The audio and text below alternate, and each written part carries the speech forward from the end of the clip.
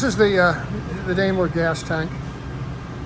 So you cleaned the Bondo down there? Yeah, we cleaned the surface off, and I found a big clump of Bondo. I don't know if they were trying to reseal this.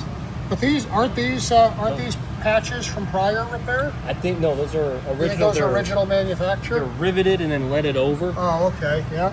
And so yeah, there's just a lot of lead, but they had a clump of Bondo here trying to seal up, I think. Yeah. And so I resealed it with that. I took the Bondo off and resealed it. And inside here, and I did wash it out.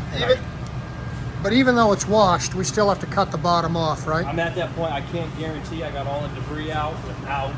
Let's flip it down and just see what we're going to propose to take off it. So this is the stripped bottom of the tank, and you're thinking we're just going to cut it here, right? Yeah, we're going to do a nice square just to get to every access, because this is. And we're going to have to drill these, and these will, every one of these.